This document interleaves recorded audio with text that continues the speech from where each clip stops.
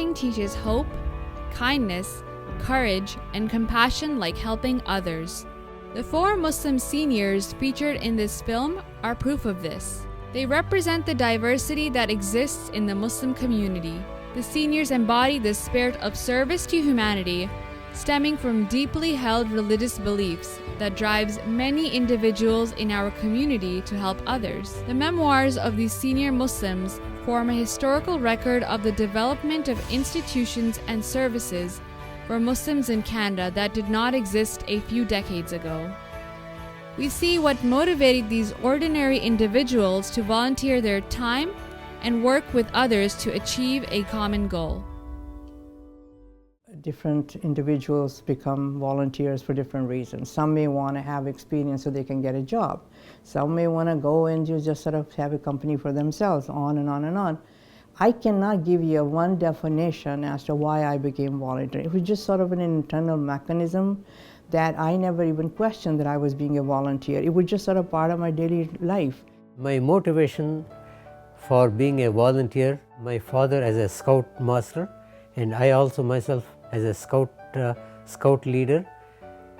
As I said earlier, motto of scouts is to serve without praise or prize, and probably it has embedded in me. I started volunteering when I was quite young, actually, because for some in the Catholic faith, as in Islam, you are supposed to serve the community. I started learning, I think, at a young age that we were supposed to do this, like my parents were doing this.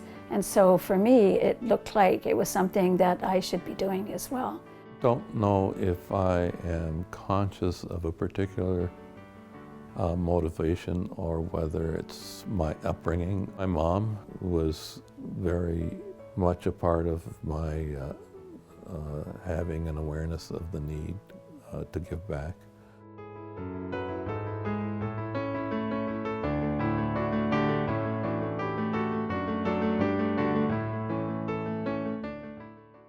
My name is Hani Hassan.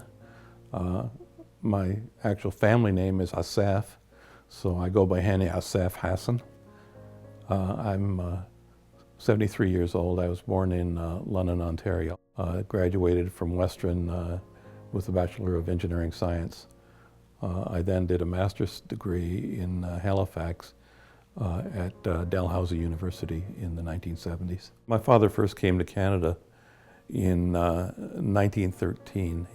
He immigrated from what was then Syria under the Ottoman Empire. Muslims did not want to allow their women to come to Canada because of the strangeness of the country, the fact that there wasn't a host Muslim community to receive them, the fact that they didn't know anything about it, that it was alien. For the Christians, they could come and join churches here. Later, as our family grew, we then became, my parents became the hosts for Muslim newcomers who came to Canada, or came to London at least. My name is Wahida Chishti Valianti. I'm a senior. I was born in Mirpur. My father had passed away. I was only 3 years old. My mother was very young. She had 4 small children.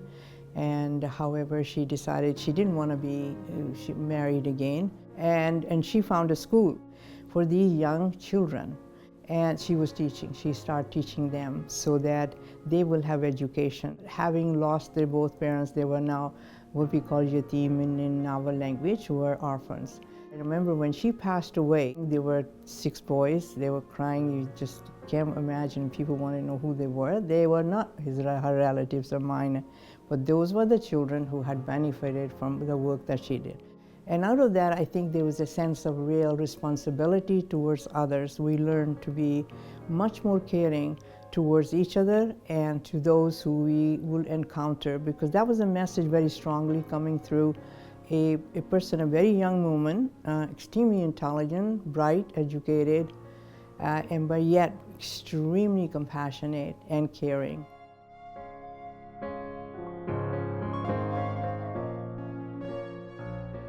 I arrived in Canada in 1961, June 1961. I was very alone. I came by myself. I was totally alone. And I cannot explain that feelings to you. I'm sure that very few people have experienced, and from my part of the world, that they can go alone and a female. And the weekend it was in Canada at that time. There were no banks were open. And I landed in Montreal. And so I have no money because I can't cash anything. So I met the Filipino 6 nurses living 2 rooms next to me where I was. Guess what? They are feeding me. They have the food, they're cooking inside illegally, but nonetheless I'm getting food and all that. I'm just saying it to you with the kindness of people that I've experienced through life. My name is Amjad Sayed. I was born in Mysore, 78 years old now, and I came to Canada in 1965. When I came to this country, I was given a job through Guelph University of Agriculture. Agriculture is their specialty. I was supposed to travel throughout northern Ontario. Northern Ontario, when I came to know what it was, especially in the winter, it was 6 feet of snow. I said, no way. I wanted to stay over in a nice and warm apartment. So, for that matter, I changed my field to clinical chemistry, studied a little bit, and joined Sunnybrook Hospital and started working in chemistry laboratory. My name is Doris El Harshali. I'm 64 years old. I was born in Malta. My mother is Maltese, and my father was English, and I grew up here in Canada. Originally, when I finished high school, I went to Ryerson for radio and television arts, and then I moved into the social service field, so I went to George Brown for human services counseling. Coming from Malta, which is a Catholic country, I grew up as a Catholic, so I went to Catholic school.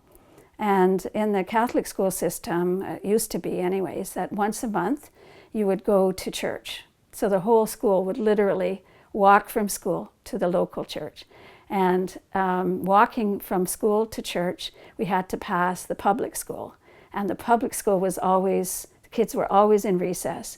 And they would come to the fence of the school and throw stones at us and spit at us. So that was one of my earliest recollections of being an immigrant into Canada, even though, you know, from my appearance and everything, I was not a person of color. I was white. I had a slight accent, but basically I fit in, but still I didn't fit in enough, I guess. The Muslim seniors' volunteer contributions in Canada are just as diverse as their backgrounds. We explore the different pathways each senior took to help people in Canadian society. During my work in Sunnybrook Hospital, occasionally I would see Muslim names. Since I was an official, I could have information about the patient name and everything. I would go to their rooms. One of the older uncle, I had to ask him whether he was doing his salah in the bed properly or regularly, or whether there were any difficulties. Immediately he said, no, it's very difficult.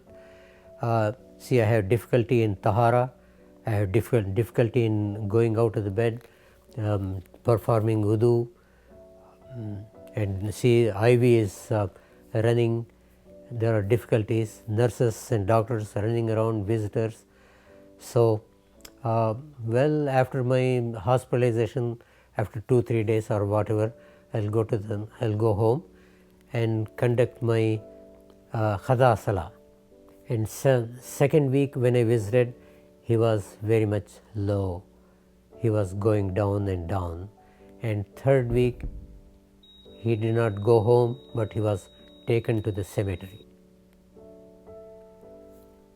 That day I said, we had to do something.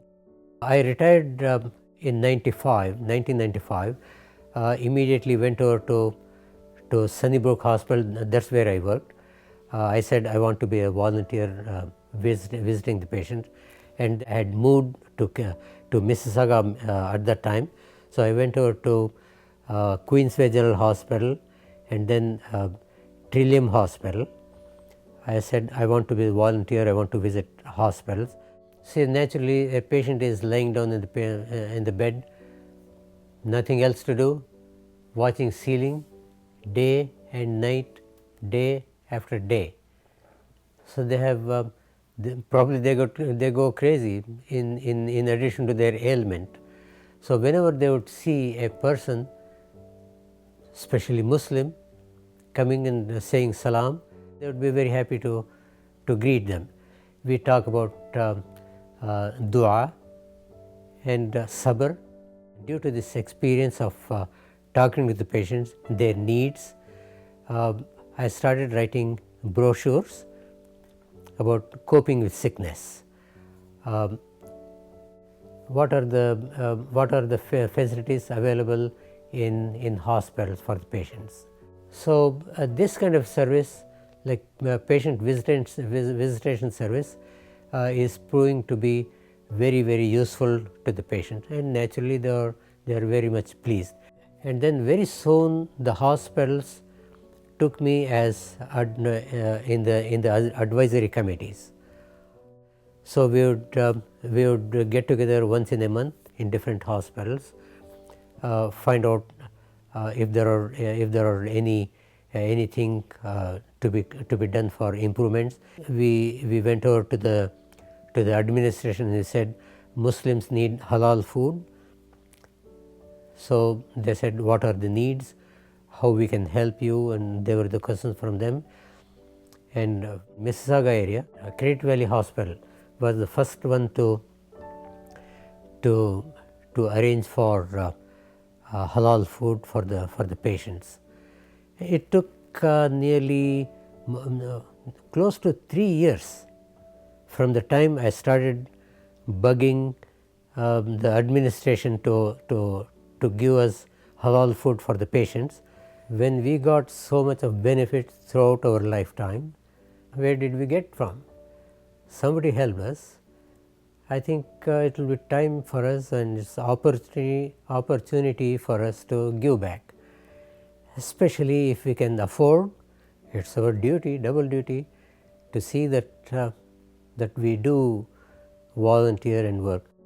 In the 1980s, I began working in the social work field, and I started working with refugees who were coming to Canada. During that time, although I was working 8 to 4 or 9 to 5, whatever I was supposed to do, I did a lot of volunteer work for the refugee community as well. The Toronto Refugee Affairs Council, I was more involved with that as part of my work. However, it also took me, it ended up involving me in after hours work a lot. I would sometimes go to the refugee centers here in Toronto, for instance. When people come off the plane as a refugee, if you have no ID and you make a refugee claim, they would automatically put you in a holding area, like a jail or something. And I would go and visit people there to give them information. While I was working with refugees and while I was volunteering on these different organizations, I met people from every kind of place in the world. It was the most wonderful experience for me to now be exposed to that. Once again, the volunteer work actually broadened my horizons, broadened my understanding of the world as well. The majority of refugees that I was seeing were coming from countries like Iran, Afghanistan, Ghana, other countries too, but the majority of the people that I was working with were Muslims. And at that point I would say pretty close to being an atheist, not quite, but almost. And so I would have conversations with those who could speak English. We had some very, very interesting conversations about religion. And having been brought up as a Catholic, I knew a lot about Christianity, or at least the Catholic faith.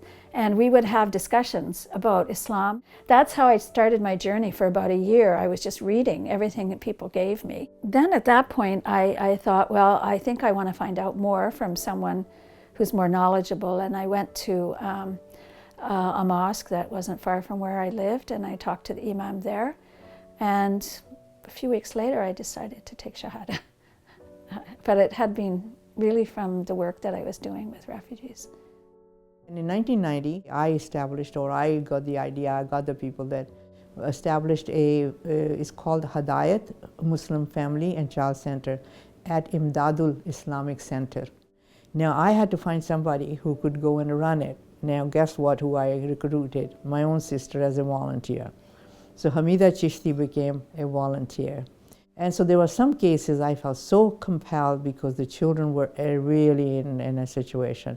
I mean, one night I was sleeping and I kind of had a nasty dream and I'm thinking, oh my God, not on my watch, please Allah. Just give me time, I'm gonna go in the morning. I went all the way at that morning. I arranged through the children aid services night before and got the community, the person that they were involved in, to bring the family to see me at 8 o'clock in the morning. And then after that, the marriage counseling, the couple started to come in, that we needed counseling. But that was kind of the cases that which I was being referred to. They go to Hidayat Muslim Family Child. So there's Sister Wahida Shildpur, you come. Oh, Sister Wahida, fine, we're all gonna come there. I then have to drive all the way from here, from near York University, where the mosque is, all the way to downtown for my job. 10 years, Hamida and Amina, they worked, and I worked, providing services in the morning till that's why I was tired. One of the key things that one learned as a volunteer, truly volunteerism, is that you don't put yourself first. The one you go to help or what you do, the change you want to make, they come first. When I was born, there were two Muslim families in London, our family and my uncle's family. Later on, an Albanian family arrived, and about 10 years later, two other families came. So we were relatively isolated. There were no Muslim institutions in the city, as I say, because there was only the two families. And went to school. In those days, under the Education Act, there was a requirement for the public schools to deliver Christian education. Sometimes,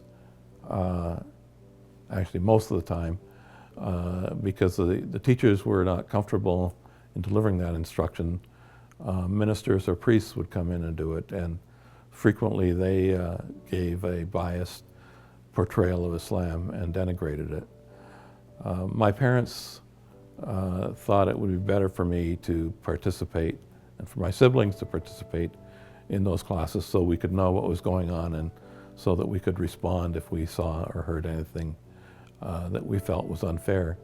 So frequently I would come home, tell my parents something that I'd heard. They would instruct me about the correct portrayal of Islam, and I would go back, and I must say I had very good teachers. They frequently would allow me to speak to the class about my rebuttal of what the priest had said the day before. And out of that I ended up becoming a resource to some of the teachers in their Sunday morning breakfast meetings at church, and frequently being invited to other events to speak about Islam. So that was when I first got involved in interfaith. I was about 14 years old when we started doing that. I had been doing a lot of work with Holy Rosary Catholic Church when I lived in Toronto, which is on St. Clair Street near Bathurst. And the priest was very, very kind to me.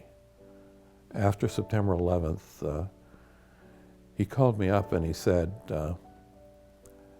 Henny, I have a problem. I have to teach the children catechism after Sunday Mass, but I don't have anything for the parents. Would you come down and teach them Islam? He didn't have a problem. We had the problem. And Father Paul understood that we needed to get people to understand us. And he gave me a forum where it was legitimate. I was in the church teaching Catholics about Islam. Would we do that?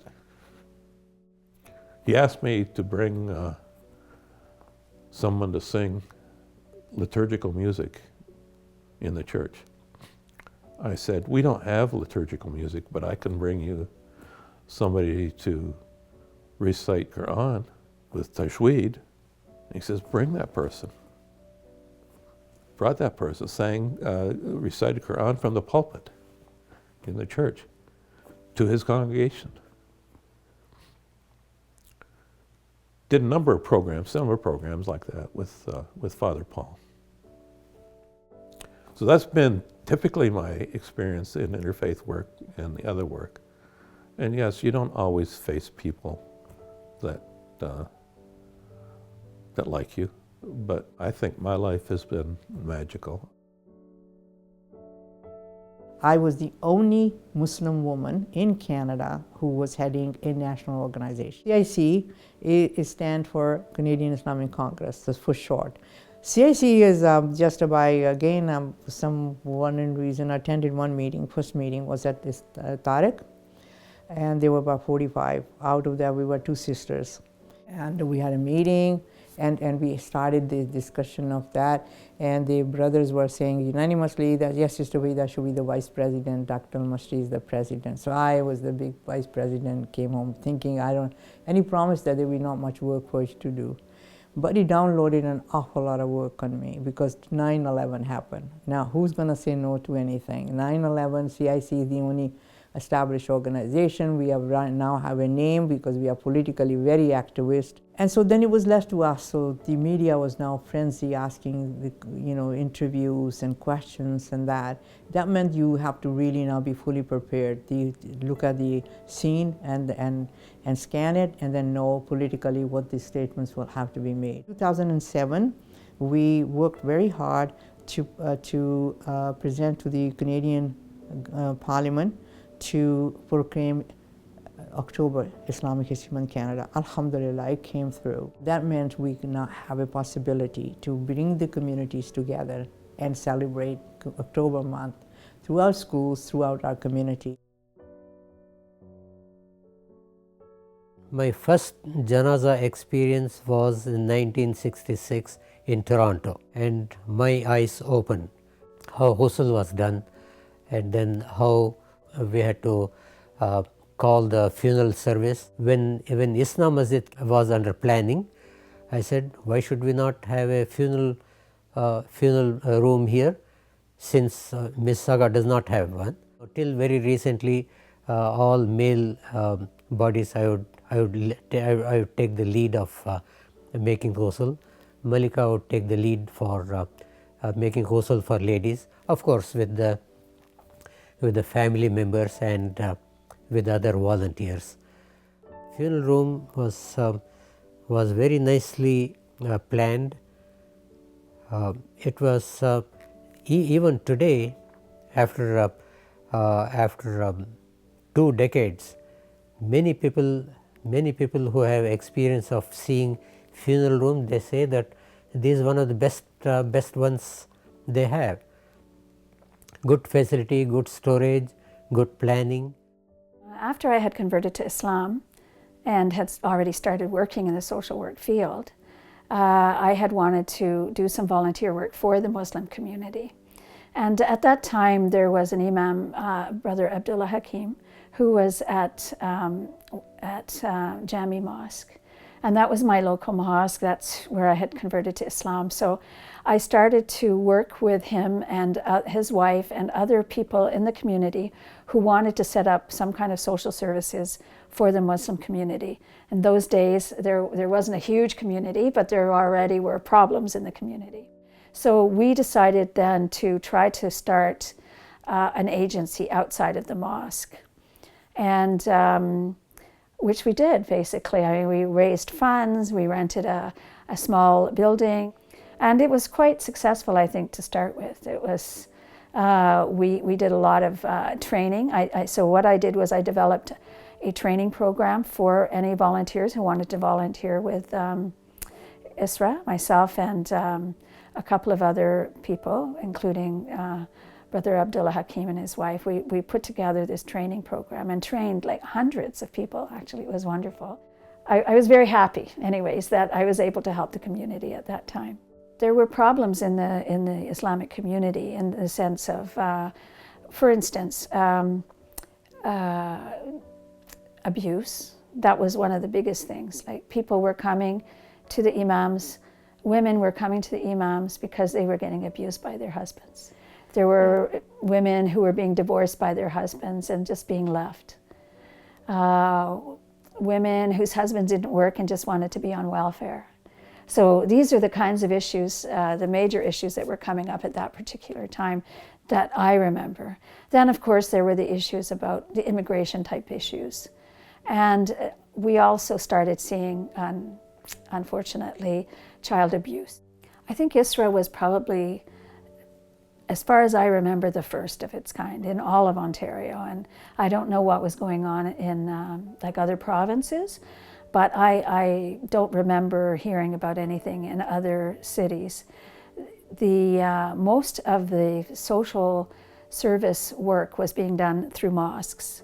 So, and that is why we decided to start ISRA, because many imams felt that they were not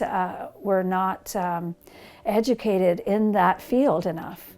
You know, they felt that they could give a lot of Islamic counseling, but only to a certain extent could they give like social counseling. I was surprised to learn that Canada has established an organization that had is parallel to the Federation where I had been involved many years earlier. And it was called the Council of Muslim Communities of Canada, and it comprised, the membership comprised many of the mosques in Canada, including the London Muslim Mosque. I became involved with it at about a time that they started to operate a week-long overnight camp program. We had about 50 participants, young people, elementary school age children. I determined that the program should be a leadership training development program, that our campers should move from being campers as they grew older to eventually operating the camp. And I also wanted to incorporate into the camping experience Islamic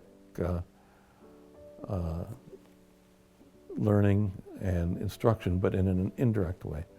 So for instance, in our nature studies program, we extracted verses from the Quran that spoke to our responsibility for the earth and God's creation. And we used that as a vehicle to teach Quran rather than a direct lesson. And so we could build it into a Canadian context, but also have it Islamic. So the program turned out to be extremely successful. As time went on, the seniors faced challenges with recruiting volunteers. There was also difficulty in balancing between work, home, and volunteering responsibilities, as well as health-related issues. I knew my health was beginning to have an impact. Some of the accidents were really not that major, so, you know, like a car bumper and that was easy to recover. But one of them was really serious, was when I fractured my T12. And that was, a fracture was actually collapsing. And how I managed was this, that I primarily focused on the objective of what was happening. And was there something that I could do something? And there's a way that I can use my disability at this point in time and still do what I do. It may not be at the grand scale. My thing was this, that if I focused only on my illness, then my recovery would not be, you know, healthy and that. We tend to grab a warm body that volunteers and is capable and dump the whole thing on them. And sometimes it becomes overwhelming. And we don't have the infrastructure to support volunteers, nor do we understand that volunteers need to be acknowledged and rewarded, even if the reward is just a thank you. Burnout is something that's very possible, for sure. I think I did face burnout working in the Muslim community.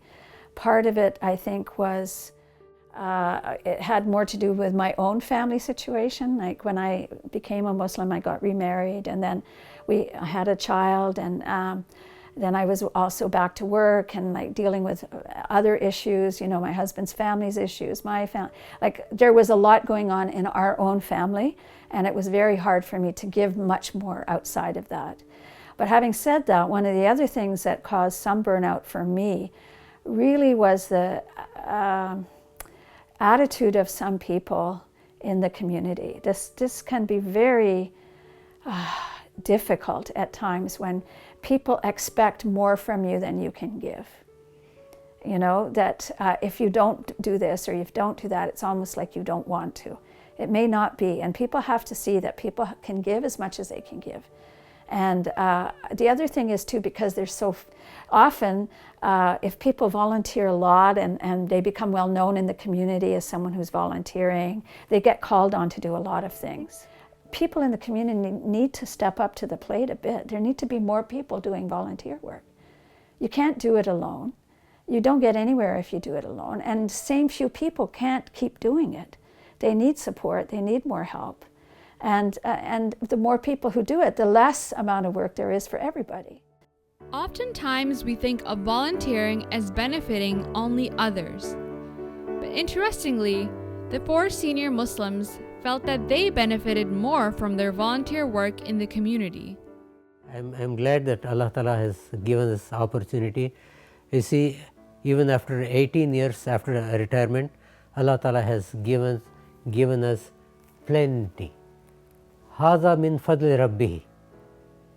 Haza min fadli Rabbihi. Shukr alhamdulillah for all the facilities that He has given us.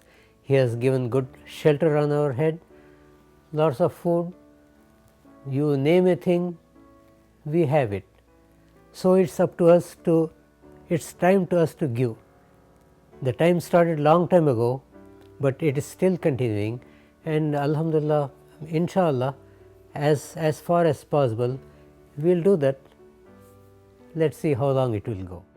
And I didn't say I want rewards. I want to be 4 times recognized as a most important Muslim in the world, or that I'm the president of the CIC. Those are just tools of Allah's reinforcing, and I was given those to use for the benefit of my community, even the mainstream.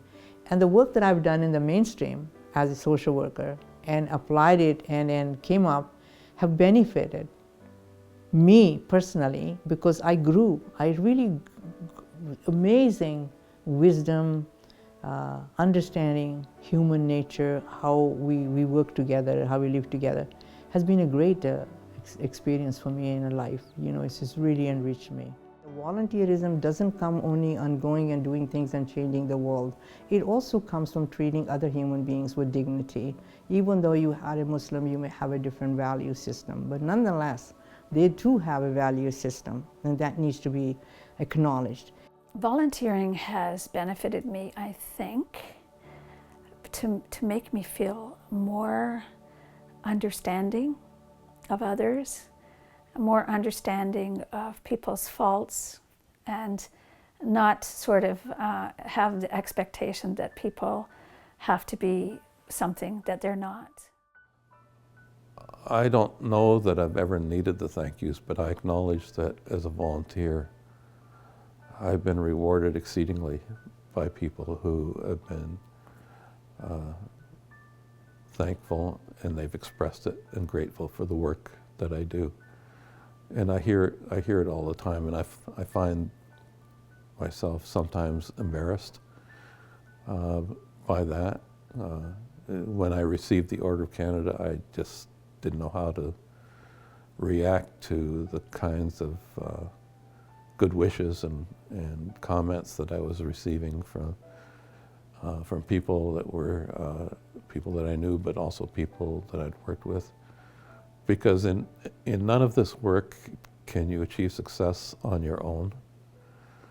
As a volunteer, you need to be part of a team, and you need to have others. And whenever you get recognition, it's because the team is synced and has done things collaboratively. a crucial aspect of being a Muslim is more than believing, but doing.